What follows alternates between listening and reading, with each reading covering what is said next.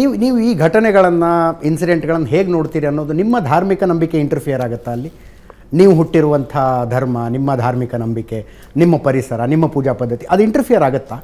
ಅದು ಆಗೋದು ಸಹಜವೇ. ಬಟ್ ಇದು ಧರ್ಮಕ್ಕಿಂತ ಜಾಸ್ತಿ ನೀವು ಶುರುನಲ್ಲೇ ಹೇಳಿದಾಗೆ ಇದು ಒಂದು ರಾಷ್ಟ್ರೀಯ ಒಂದು ಭಾವನೆ. ಶ್ರೀರಾಮ ಬರೀ ಒಂದು ಧರ್ಮಕ್ಕೆ ಸೀಮಿತವಲ್ಲ.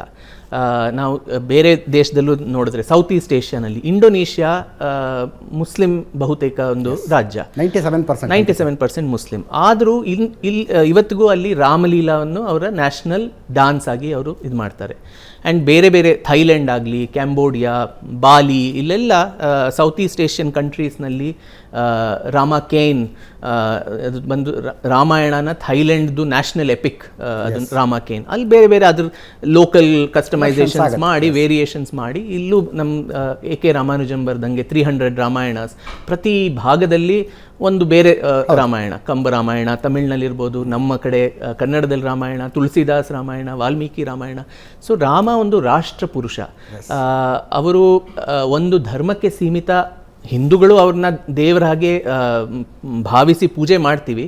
ಬಟ್ ಬೇರೆ ಮತಗಳಿಗೆ, ಪಂಥಗಳಿಗೂ ಅವರೊಂದು ideal person, the ideal son, the ideal king, the ideal husband, the ideal in all ways ideal.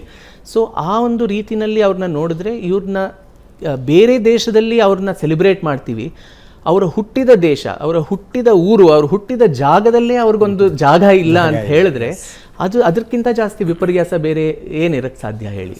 ಬೇರೆ ದೇಶದಲ್ಲಿ ಅವ್ರ ಬಗ್ಗೆ ರಾಮಲೀಲಾ ಡಾನ್ಸ್ ಮಾಡುವಾಗ, ಅಥವಾ ಕೇಚಕ್ ಡಾನ್ಸ್ ಅಂತ ಬಾಲಿನಲ್ಲಿ, ಅದು ರಾಮಾಯಣದ ಮೇಲೆ ಆಧಾರಿತವಾಗಿದೆ. ಖೋನ್ ಅಂತ ಥೈಲ್ಯಾಂಡ್ನಲ್ಲಿ, ಅದು ರಾಮಾಯಣದ ಮೇಲಿದೆ. ಸೊ ಆ ದೇಶಗಳ ಜನ ಧರ್ಮವನ್ನು ತಂದು ಅದರಲ್ಲಿ ಪ್ರಾಬ್ಲಮ್ ಮಿಕ್ಸ್ ಮಾಡದೇ ಇರುವಾಗ, ನಮ್ಮ ದೇಶದಲ್ಲಿ ಇದನ್ನು ನೋಡಿದ್ರೆ ನೀವು ಹಿಂದುತ್ವ ಅದು ಇದು ಆ ಥರ ನೋಡೋದು, ಅದು ತಿರ್ಗಾ ತುಂಬ ಸಂಕೀರ್ಣ ದೃಷ್ಟಿ ಅಂತ ನನಗೆ ಅನ್ಸುತ್ತೆ. ವಿಕ್ರಮ್ ಸಂಪತ್ ಅವರು ಇಷ್ಟು ಚಂದ ಕನ್ನಡ ಮಾತಾಡ್ತಾರೆ ಅನ್ನೋದು ನನಗೆ ಆಶ್ಚರ್ಯ. ಫಸ್ಟ್ ಟೈಮ್ ನಾನು ಫುಲ್ ಲೆಂತ್ ಕನ್ನಡನಲ್ಲಿ ಇಂಟರ್ವ್ಯೂ ಕೊಡ್ತಾ ಇರೋದು. ವಂಡರ್ಫುಲ್.